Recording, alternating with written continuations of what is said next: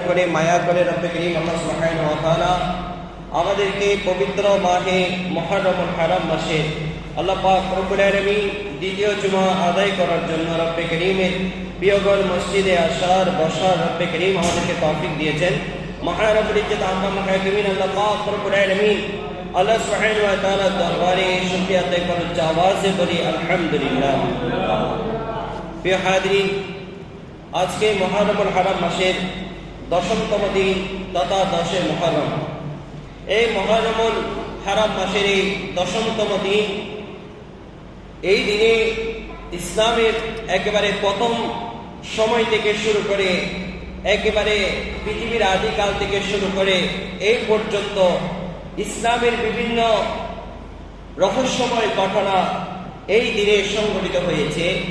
এই জন্য এই মুহররমুল হারাম মাসের 10তম দিন পুরা মুসলিম জাতির জন্য এক অবিস্মরণীয়, এক স্মরণীয়, এক আশ্চর্যময় দিন, গুরুত্বপূর্ণ দিন হিসাবে পুরা মুসলিম জাতির কাছে এই দিনটা পুরা বিশ্বে উদযাপিত হয়ে থাকে।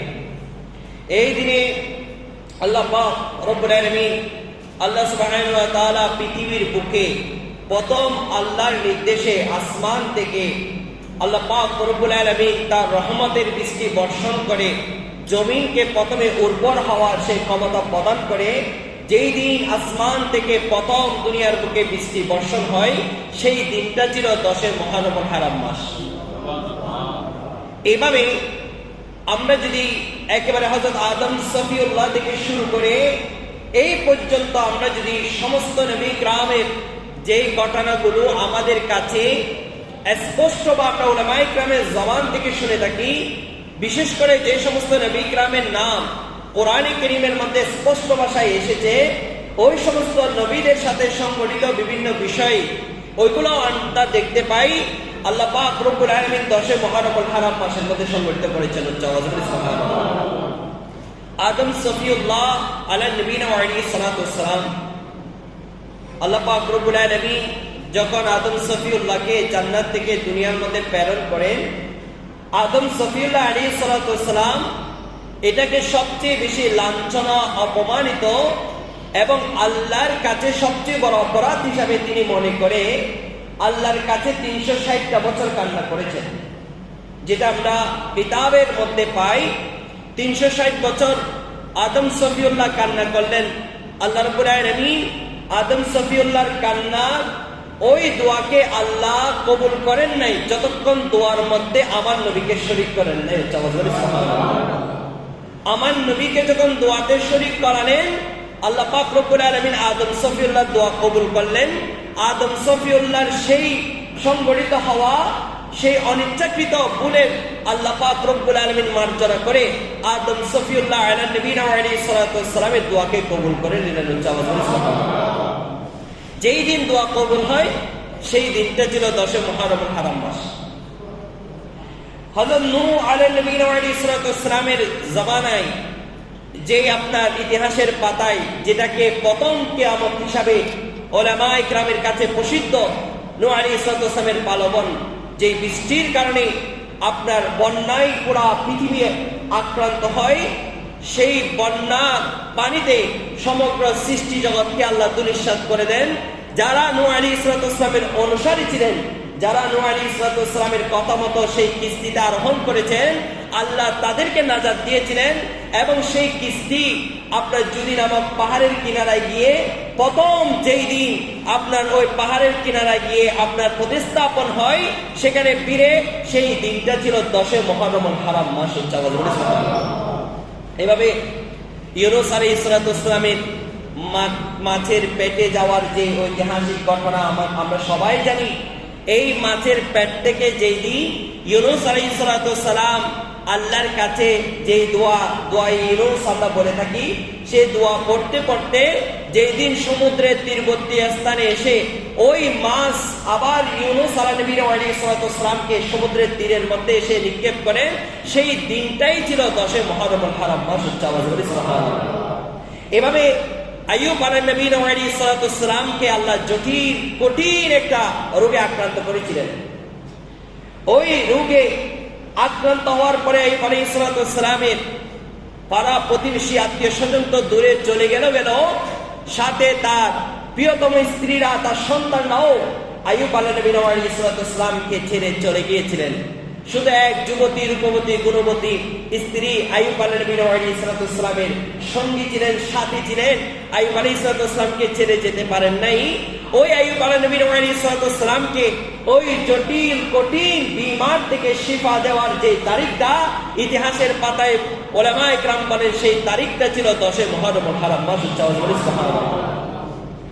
এভাবে অনেক নবী কেরামের সাথে সংগঠিত হওয়া একাধিক বিষয় আল্লাহ পাক রব্বুল আলামিন, আল্লাহ সুবহানাহু ওয়া তাআলা এই 10 মুহররমুল হারাম মাসে আল্লাহ সংগঠিত করেছেন, ঘটনা ঘটিয়েছেন।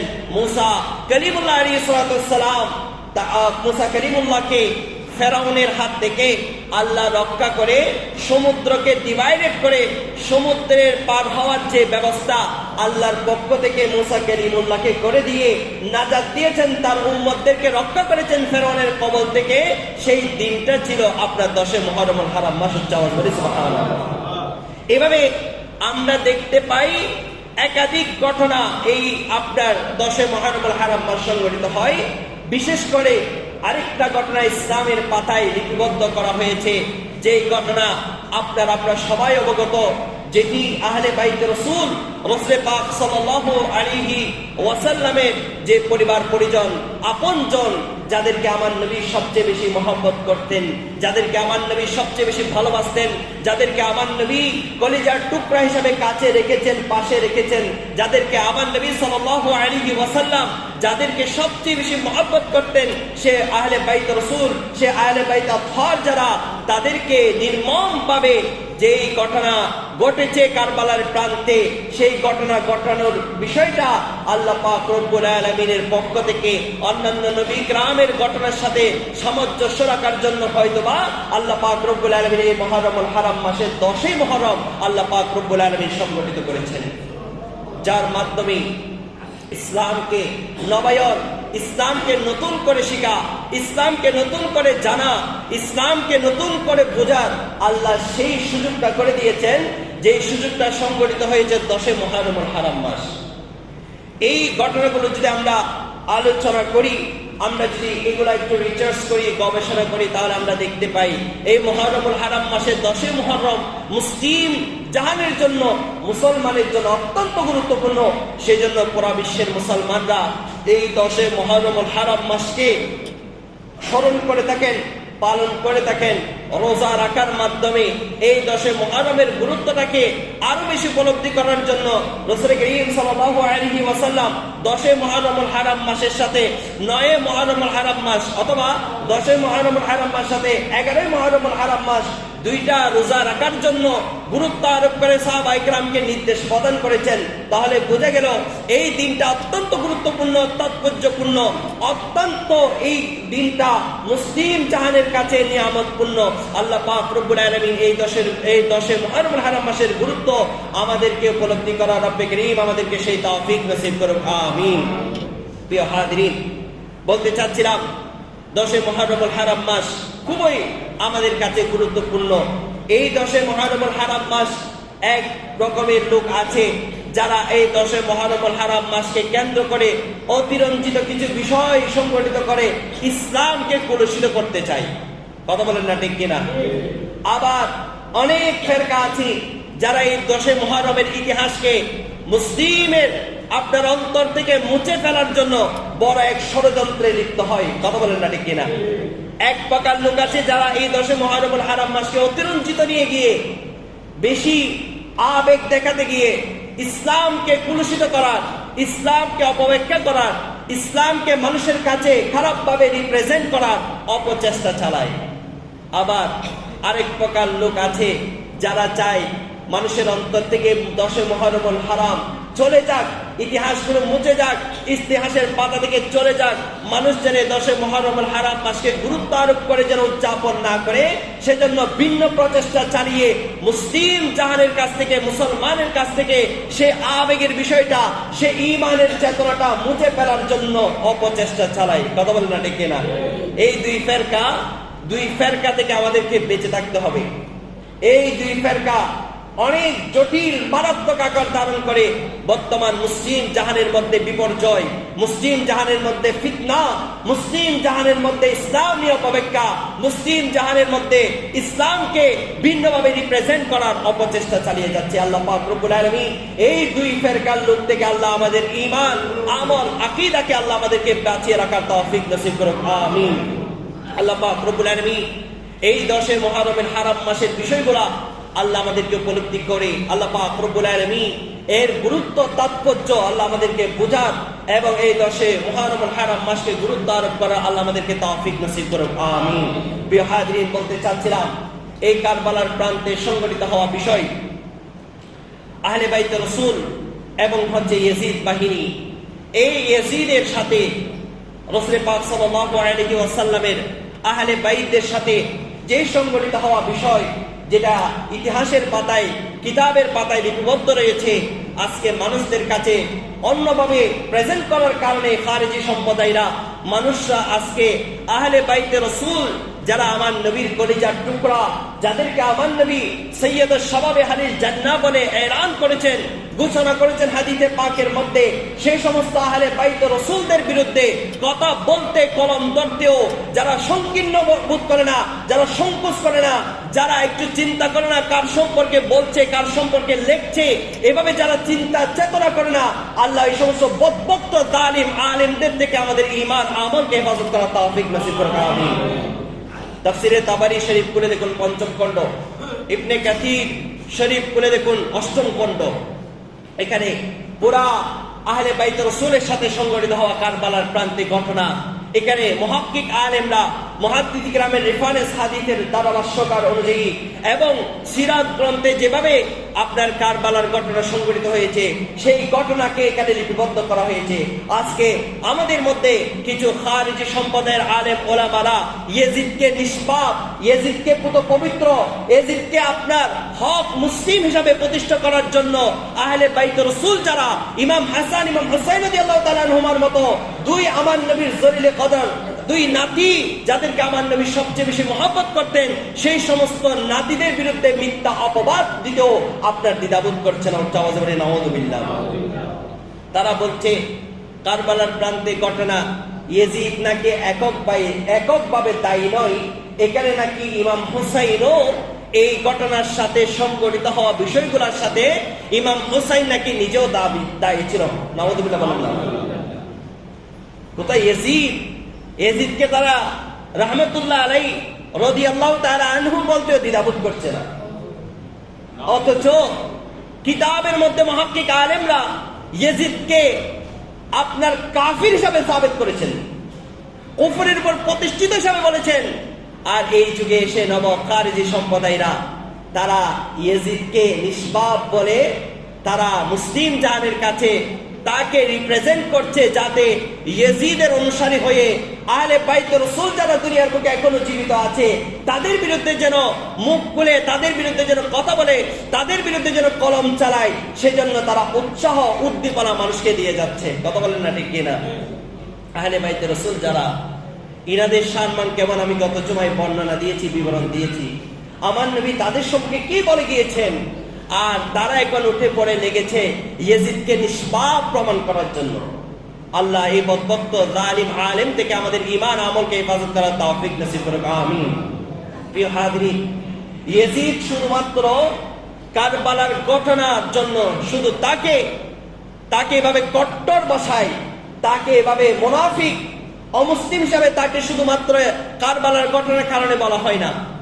আপনি তার জীবনীগুলা পড়লে দেখতে পাবেন যে কাবার ঘরে, যে কাবার প্রান্তে, কাবা ঘরের গিলাফের মধ্যে যে প্রথম আগুন লাগিয়েছে, ইসলামের ইতিহাসের মধ্যে আমার নবীর পরে জাহিলিয়াতের যুগের মধ্যে একবার আগুন লেগেছিল। জাহিলিয়াতের যুগে যখন কাবা ঘরে আগুন লেগেছিল, কাফের মুশরিকরা দূরে এসে সেই কাবা ঘরের আগুনটা নিভিয়েছিলেন। আর ইয়াজিদ এই এত বড় কট্টর মুনাফিক, যেই কিনা কাবা ঘরে আগুন নিবানো তো দূর কি বাত, বরং তার হুকুমে কাবা ঘরের গিলাফের মধ্যে আগুন লাগানো হয়েছে। মসজিদে নববীর মধ্যে দীর্ঘ কয়েকদিন পর্যন্ত আযান দেওয়া বন্ধ করে দেওয়া হয়েছে, নামাজ পড়ানো বন্ধ করে দেওয়া হয়েছে, মুসলমানদেরকে মসজিদে নববীতে ঢোকা নিষিদ্ধ আরোপ করা হয়েছে। আর এইভাবে যদি আর ইতিহাসের পাতায় যদি আপনি দেখেন ইয়েজিদের কালচার গুলা, যে নিজের আপন মায়ের সাথে ব্যভিচার করাটাকে আপনার গুনাহ অপরাধ মনে করতো না। নাউযুবিল্লাহ বলবেন না? অন্য মেয়ের সাথে জেনা করা তো ইসলামের কত বড় মারাত্মক গুনাহ, সেটা আমরা সবাই অবগত রয়েছি। আর ইয়েজিদ, যেটা আইমে জাহেলিয়াতের যুগের সবচেয়ে বড় অপরাধ হিসাবে আইমে জাহেলিয়াতের যুগের মানুষরা পর্যন্ত মানত, আর ইয়েজিদ সেই কিনা নিজের আপন মায়ের সাথে ব্যভিচার করা, অশ্লীলতা করা, আপনার এই কাজটাকেও সেই সামান্য গুনাহ ভাবত না, বরং সে এমনও আয়োজন করেছে, পুরা সে তার সাম্রাজ্যে বসে মুসলমানদেরকে নিয়ে মদ্যপানকে হালাল সাবেত করে আপনার নর্তকী দিয়ে নাচিয়ে মুসলমানদেরকে আপনার মদ্যপান করতে সে বাধ্য করেছে। এভাবে ইতিহাসগুলো যদি আনতে যায় একের পর এক, ইয়েজিদের বর্বরতা, ইয়েজিদের আপনার এই যে পাপিষ্ঠতা, এগুলো যদি শুধু কারবালার এককভাবে কারবালার ঘটনা নয়, বরং পুরা বিষয়টাকে বিবেচনা করে আপনার পুরা মুসলিম উম্মাহ, আপনার মুহাক্কিক আলেমরা ঐক্যমত হয়েছে, ইয়েজিদকে কখনো মুসলিম বলা যায় না, ইয়েজিদ কখনো মুসলমানের কাতারের মধ্যে থাকতে পারে না, এটা লিপিবদ্ধ করেছেন। আর আজকের সময়ে এসে আমরা আহলে বাইতে রাসূলদেরকে দোষারোপ করে ইয়েজিদকে নিষ্পাপ প্রমাণ করার জন্য প্রচেষ্টা চালাচ্ছি। নাউযুবিল্লাহ। প্রিয় হাজরিন, ইমাম হুসাইনকে যে দোষারোপ করা হচ্ছে, আপনি যদি কিতাবুত তাবারি শরীফের ৫ম খণ্ড খুলে দেখেন, ইমাম হুসাইন রাদিয়াল্লাহু তাআলা আনহু যিনি মদিনায় ছিলেন, মদিনায় যখন ৬০ হিজরি আমিরে মুআবিয়া রাদিয়াল্লাহু তাআলা আনহু যখন দুনিয়া থেকে বিদায় নিলেন, এই সময় ইয়েজিদ মসনদে জোরপূর্বক ভাবে ইসলামের যে সাম্রাজ্য, ইসলামের যে খেলাফত ব্যবস্থা, ইসলামের যে নিয়ম নীতি, ইসলামের যে খেলাফত মজলিস, সেটাকে আপনার অপবিত্র করার জন্য নিজেই আপনার জোরপূর্বক ভাবে সেই মসনদে আরোহণ করেছে।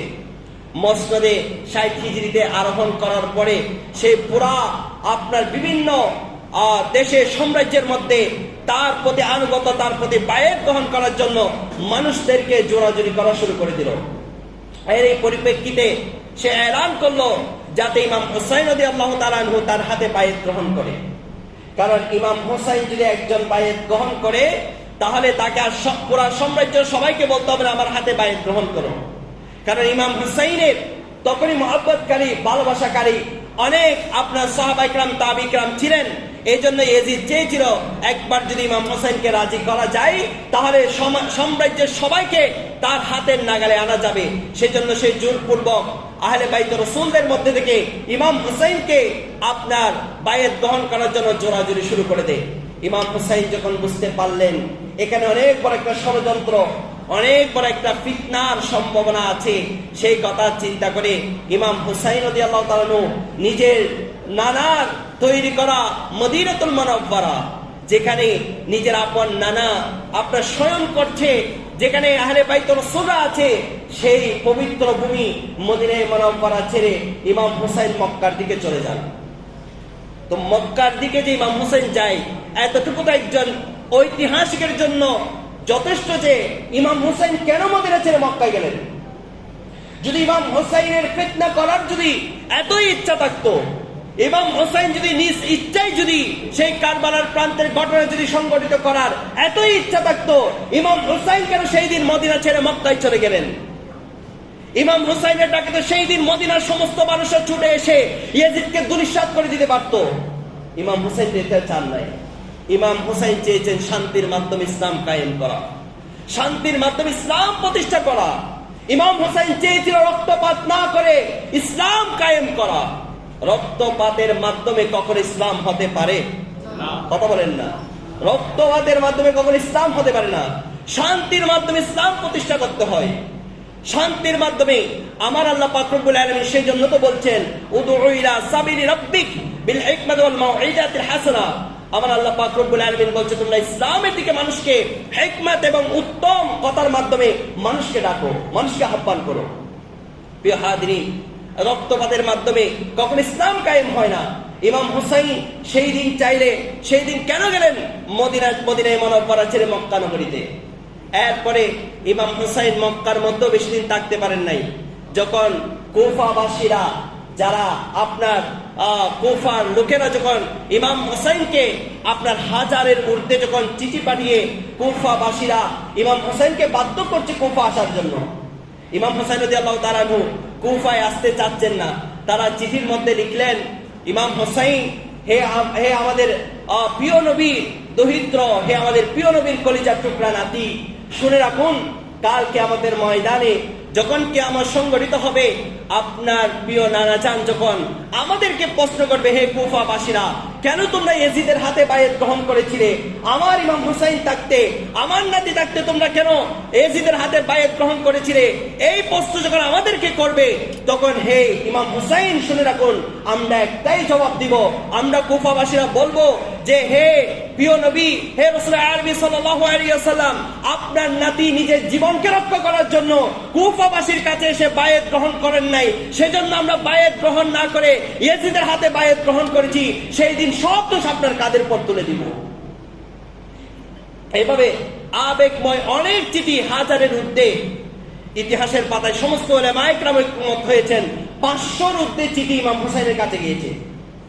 500 মানে বুঝেন, কোথায় কুফা, কোথায় মক্কা নগরী। তখন কোনো যাতায়াতের কোনো ব্যবস্থা ছিল না, গাড়ি ছিল না, যানবাহন ছিল না। মানুষ হেঁটে হেঁটে চিঠিগুলাকে এক জায়গা থেকে অপর জায়গায় নিয়ে যেত। ডাক বিভাগ ছিল, হেঁটে হেঁটে আপনার এক জায়গা থেকে অপর জায়গায় নিয়ে যাওয়া হতো। কিছু ঘোড়ার প্রচলন ছিল, ঘোড়ার মাধ্যমে অনেক চিঠি যেত। তো ঘোড়াও যদি আমরা ধরি, ঘোড়াও আর কত দূর যেতে পারবে? এই ঘোড়ার মাধ্যমে একজন মানুষ কত দূর আর নিয়ে যেতে পারবে? 500 চিঠি, একটা দুইটা চিঠি নয়, 500টা চিঠি। সেই সময়ে আপনার কুফা থেকে মদিনায় যাওয়া, এটা সবচেয়ে বেশি আশ্চর্যজনক বিষয়। তাহলে কুফাবাসীদের আবেগ কেমন ছিল, তাদের কাকুতি মিনতির ধরন কেমন ছিল? ইমাম হুসাইন তাও চিন্তা করলেন, যদি কুফায় চলে যায়, ইয়াজিদ বাহিনী যদি জানতে পারে, হয়তো ভাববে ইমাম হুসাইন চাচ্ছে কুফাবাসীদেরকে এক করে ইয়াজিদের বিরুদ্ধে অস্ত্র ধরার জন্য। এটা চিন্তা করে ইমাম হুসাইন আপনার কুফায় নিজে যান নাই, নিজের আপন চাচাতো ভাই মুসলিম ইবনে আকিল রাদিয়াল্লাহু তাআলা আনহুকে ইমাম হুসাইন পাঠালেন আপনার কুফা নগরীতে। মুসলিম বিন আকিল যখন কুফায় গেলেন, কুফায় যাওয়ার পরে দেখতে পেলেন যে সেখানের কুফাবাসীরা মুসলিম বিন আকিল রাদিয়াল্লাহু তাআলা আনহুর আসার আগমনের কথা শুনে তারা এত আবেগ, এত আনন্দময় ছিলেন যে তারা রাস্তার দুই পাশে আপনার যুবকরা, বৃদ্ধরা, মহিলারা দাঁড়িয়ে থাকলো আপনার মুসলিম বিন আকিলকে সাধুবাদ জানানোর জন্য, স্বাগতম জানানোর জন্য। মুসলিম বিন আকিলের সাথে তারা এমন আচরণ দেখালো যে যেন মনে হচ্ছে মুসলিম বিন আকিলের কদমকে, পাকে পর্যন্ত তারা মাটিতে রাখতে দিচ্ছে না। মুসলিম বিন আকিল যেদিকে যায়, কুফার প্রায় 40 থেকে 60 হাজার মানুষ মুসলিম বিন আকিলের সাথে সেদিকে ছুটতে শুরু করে দেয়, সেদিকে দৌড়াদৌড়ি করতে শুরু করে দেয়। মুসলিম বিন আকিল যেখানে দাঁড়িয়ে নামাজ পড়ে, সেখানে 40 থেকে 60 হাজার মানুষের জামায়াত হয়ে যায়। মুসলিম বিন আকিল দেখে আশ্চর্য হয়ে গিয়েছে কুফাবাসীদের আন্তরিকতা, মহব্বত, ভালোবাসা। লিখলেন বসতে চিঠি লেখা শুরু করলেন। ইমাম হুসাইন